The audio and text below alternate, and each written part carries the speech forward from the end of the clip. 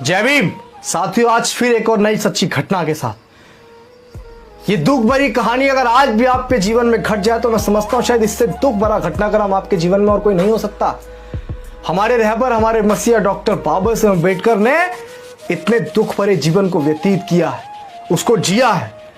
मैं सच्चा घटनाक्रम आज आपके बीच लेकर आया हूं साथियों, जिसको सुनकर आप सोचने पर ये मजबूर हो जाएंगे कि वाकई हमारे रहबर, हमारे मसीहा ने कितने दुख भरे दिन काटे हैं। किसके लिए?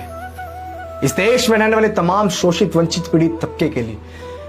जी हां साथियों, बड़े ध्यान से सुनिएगा जो कहानी मैं आपके बीच लेके आ रहा हूं। ये कहानी उस समय की 26 नवंबर 1949 वो शाम जब बाबा साहेब अम्बेडकर अपने सोफे पर बड़े आराम से बैठे हुए थे। 26 नवंबर 1949 बाबा साहेब अम्बेडकर ने इस देश का संविधान पूर्ण रूप से बनाकर तैयार कर दिया था। जी हां साथियों, अपने सब सोफे पर बैठे हुए थे और अपने सोफे पर बैठकर बाबा साहेब अम्बेडकर एक पल में हंस रहे थे और एक पल में रो रहे थे साथियों।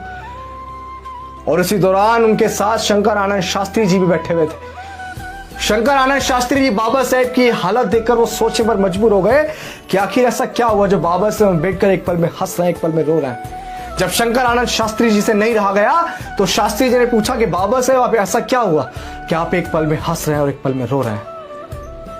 तो बाबा साहेब ने बताया कि शास्त्री जी, आज मेरा संघर्ष पूरा हो गया। शास्त्री जी, जिसके लिए मैंने संघर्ष किया आज वो मेरा सपना पूरा हो गया। लेकिन इस संघर्ष को, इस सपने को पूरा करते करते मैंने तमाम जो कठिनाइयां महसूस की हैं, मैं उन कठिनाइयों को याद करके रो रहा था। एक समय वो था शास्त्री जी कि मेरा छोटा बेटा राजरत्न।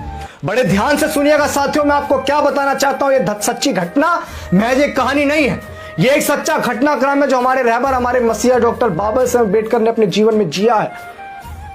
अब सोचिएगा, बड़े नकारा और निकम्मे हो चुके हैं आप।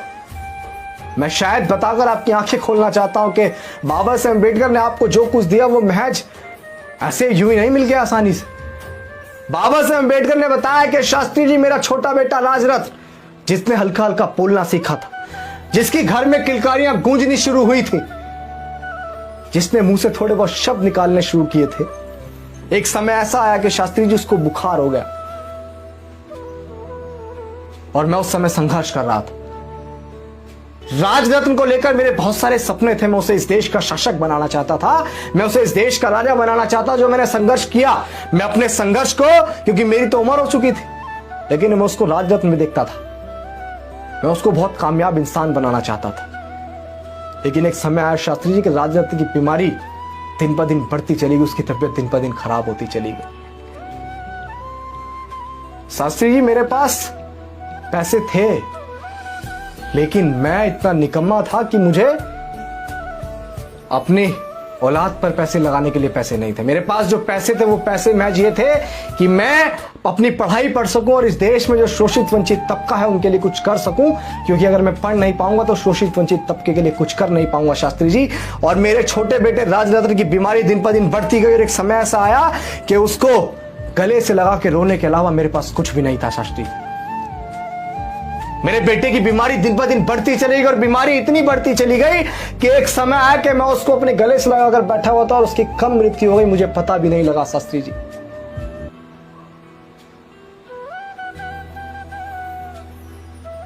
शास्त्री जी, वो दर्द, वो तकलीफ मैं आज महसूस कर रहा हूं। और जब थोड़ा समय बीता तो जब लोग इकट्ठा होने हुए तो लोगों ने मुझसे बोला कि बाबा साहब, अब राजरत्न का दाह संस्कार करना है, नए कपड़े लाने के लिए पैसे दे दीजिए, उसके नए कपड़े लाने हैं। अब आप सोचिए शास्त्री जी कि जिस बाप के पास अपने बच्चे की दवाई गोली के लिए पैसे नहीं थे, वो उसको नए कपड़े के लिए पैसे लाके कहां से देगा? लोग इकट्ठा थे, मैं बहुत रोया शास्त्री जी। शायद मैं अपने संघर्ष के बीच में कभी इतना रोया होगा। मैं उस दिन बहुत रोया, लेकिन मेरी रमा को यह बात पता थी, मेरी बीवी जिसने मेरे साथ बहुत संघर्ष किया, उसको यह बात पता थी कि मेरे साहब के पास पैसे नहीं। और मेरी रमा ने मेरे पास आके अपनी साड़ी का पल्लू फाड़कर राजरत्न को उड़ाया जब उसका दाह संस्कार किया गया शास्त्री जी। शास्त्री जी, मैं विदेश में पढ़ाई पढ़ रहा था और मेरी रमा लोगों का छूटन मांसती थी,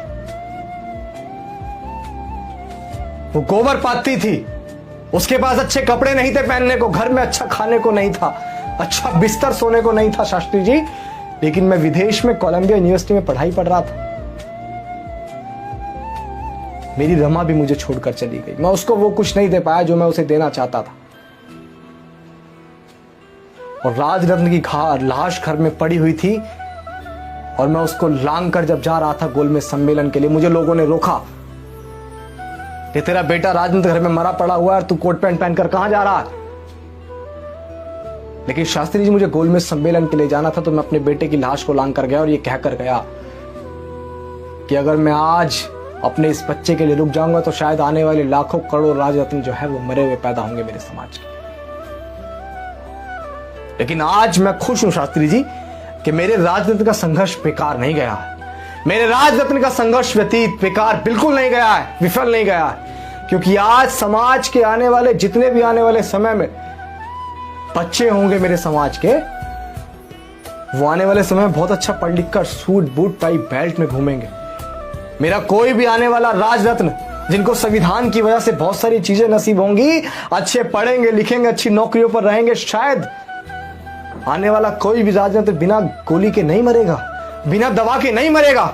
शायद कोई भी अभागा हमारे बहुजन समाज का बाप ऐसा नहीं होगा आने वाले समय में जो अपने बच्चों को, अपनी बीवियों को वो सारी सुविधाएं ना दे पाए जो मैं अपने बीवी बच्चों को नहीं दे पाया, जीते जी अपने बीवी बच्चों को नहीं दे पाया। आप सोचना है, आप सोचिए। मैं आप तमाम लोगों से कहना चाहता हूं कि सोचिए, बाबा साहब अम्बेडकर ने वो संघर्ष, वो तमाम जो ये दुख भरी घटनाएं बाबा साहब अम्बेडकर के जीवन में हुई, वो उन्होंने किसके लिए जी? आप नकारा और निकम्मे लोगों के लिए जो आप बाबा साहब अम्बेडकर के संघर्ष को भूल चुके हैं। बार बार ये बताने की जरूरत क्यों पड़ती है कि बाबा साहब अम्बेडकर ने आप लोगों के लिए कितना संघर्ष किया या उन्होंने क्या क्या कुर्बानी दी? आप लोग जानकर भी इतने नकारा और निकम्मे हो चुके हैं कि आपको उनके संघर्ष नहीं दिखाई देता है। बाबा साहब अम्बेडकर ने कहा कि मुझे पढ़े लिखे लोगों ने धोखा दिया, और आज भी मैं उन हरामखोर और निकम्मे लोगों से कहना चाहता हूं जो आज पढ़ लिखकर बहुत अच्छी नौकरियों पर लग गए लेकिन वो बाबा साहब अम्बेडकर का गुणगान नहीं करते हैं। वो तमाम लोगों तक बाबा साहब अम्बेडकर की विचारधारा को नहीं बताते। वो नहीं बताते हैं कि अगर आज मुझे कुछ मिल पाया तो बाबा साहब अम्बेडकर की बदौलत मिल पाया। आप लोग नहीं बताते हैं। आज सोचता हूं कि बाबा साहब अम्बेडकर ने बच्चे की कुर्बानी क्यों दी। आज सोचता हूं क्यों बाबा साहब अम्बेडकर कोलंबिया यूनिवर्सिटी में पढ़ने के बावजूद भी लंच जो है पानी में ब्रेड भिगोकर करते थे। मैं सोचता हूं किसके लिए? इन नकारा हरामखोर लोगों के लिए जो आज बाबा साहब अम्बेडकर के संघर्ष को भूलकर बहुत अच्छा अपने टीवी और बीवी में मस्त है। उनके संघर्ष को भूल चुके हैं क्या? उन लोगों के लिए बाबा साहब अम्बेडकर ने संघर्ष किया क्या? उन लोगों के लिए रमा, हमारी मां रमा ने उन लोगों के लिए अपने बच्चे को जो है साड़ी से पल्लू फाड़कर उसको जो है कफन उड़ाया। इन हरामखोर लोगों के लिए जो आज समाज के ऊपर होते शोषण को देखकर अपने घरों में मस्त रहते हैं, कहते हैं कि हमारे तक तो नहीं हो रहा है, हम तो मस्त हैं। तो भाई बाबा साहब अम्बेडकर को भी कोई फर्क नहीं पड़ता। 32 डिग्रियां थी, विदेश में कोलंबिया यूनिवर्सिटी में पढ़ रहे थे। वो चाहते तो अच्छी नौकरी बाहर विदेश में करते, अपने बच्चों को वहां रखते, जैसे आज आप सिर्फ अपने बच्चों के लिए सोचते हैं। बाबा साहब अम्बेडकर का बच्चा घर में मरा हुआ पड़ा था, उनके पास पैसे थे, वो तो इलाज करवा सकते थे। अगर आपके बच्चे के पेट में दर्द भी हो जाए तो आप बड़े बड़े हॉस्पिटलों में लेके भागते हैं। एक दर्द आप अपने बच्चे का महसूस नहीं करते। और बाबा साहब अम्बेडकर ने हमारे लिए अपनी 4 संतानें कुर्बान कर दी। मैं निवेदन करता हूं, ये मूवमेंट में आप सबकी हिस्सेदारी और भागीदारी की जरूरत है। भागिए मत, बाबा साहब अम्बेडकर के संघर्ष को, उनके कर्मों को घर घर तक पहुंचाइए। अरे यार, अपने घर में तो स्थापित कर लीजिए, बाहर नहीं पहुंचा सकते हैं तो आज समय बहुत बेकार है, बहुत खराब है। उम्मीद करता हूं कि मेरे द्वारा दी गई ये जानकारी आप तमाम लोगों तक पहुंचाएंगे। और बाबा साहब अम्बेडकर ने जो संघर्ष आप तमाम लोगों के लिए किया, आज मेरे पास जो कुछ भी है यार, आज बहुजन समाज के पास जो कुछ भी है वो प्रॉपर्टी आपकी नहीं है। आपके घर में अगर 4 पहिए की 10 गाड़ियां हैं तो वो आपकी नहीं है। आपकी बीवी अगर अच्छे कपड़े पहन रही है तो वो आपकी बीवी या आपके पैसे की देन नहीं है, आपकी कमाई की वो देव, वो प्रॉपर्टी, वो सारी चीजें, वो सुख सुविधाएं, वो बाबा साहब अम्बेडकर की देन है, आपकी देन नहीं है। मैं हरामखोर उन लोगों को बोल रहा हूं जो बाबा साहब अम्बेडकर की वजह से, उनके आरक्षण की वजह से सब कुछ लेकर तो बैठे हैं, लेकिन उनके गुणगान करने में उन हरामखोरों को दिक्कत होती है। निवेदन है और रिक्वेस्ट है कि बाबा साहब अम्बेडकर को मत भूलिए यार, आपके लिए बहुत संघर्ष किया। जय भीम, जय भारत, जय संविधान। Subscribe to my channel. And also press this bell icon so you never miss any new updates, cause whenever we